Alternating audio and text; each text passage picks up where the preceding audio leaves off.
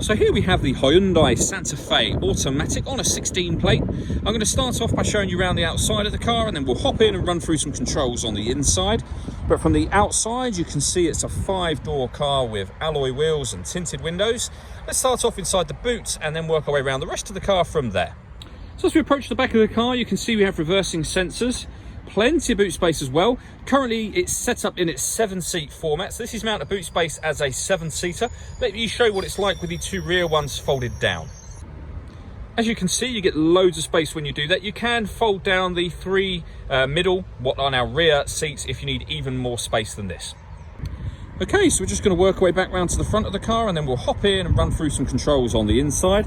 But now that we've done a full circle of it, you can see it's in excellent condition the whole way round.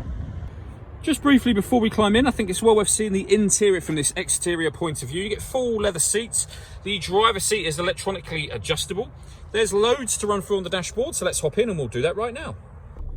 Okay, now that we're inside the car, we're going to start with the dials. On the left-hand side, we have the rev counter, and on the right-hand side, the speedometer and fuel gauge. In the middle, you can see the total miles for the car, which are 21,106. The information that's displayed above that can be changed using buttons on the steering wheel. You can have, for example, a digital readout for the speedometer, but there are other menus available as well. We have satellite navigation, audio, vehicle service, user settings, and then back round to where we started a moment ago. If we back out to the steering wheel, the buttons I was just using are here, above which we have cruise control and speed limiter.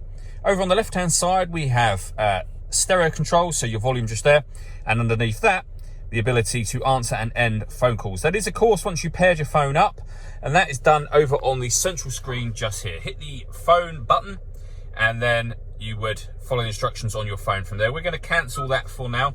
On top of that, you can already see this car's got satellite navigation. There's a full video showing how that works on our website and on our YouTube channel as well.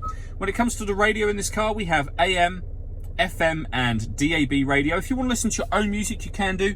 Just hit the media button. Nothing is connected at the moment, so it will show as nothing connected. But you can listen to it via the USB input, auxiliary input, and you can stream your music wirelessly via Bluetooth audio as well. And on top of all of that, this car's got a full colour reversing camera with guidelines showing you what direction the car is headed in relation to the image that you see on the screen. Working our way down, you have the main volume for the stereo just there. We then have climate control at the bottom, so you can increase or reduce the passenger temperature, same on the driver's side.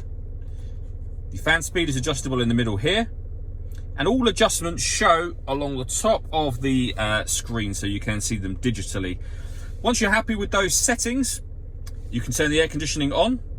You can turn the air conditioning on in the rear independently as well, or hit auto, and the car will maintain the temperatures you've asked for by taking full control of the fan speed. To override that, just readjust the fans to whatever level you want them on. Under that, we have 2 12-volt charging sockets, as well as the auxiliary and USB inputs that I mentioned a moment ago. The gear lever for the fully automatic gearbox. We have heated driver's seat with 3 different heat settings, and the same on the passenger side. This button turns off the parking sensors, and then we have electronic handbrake just here.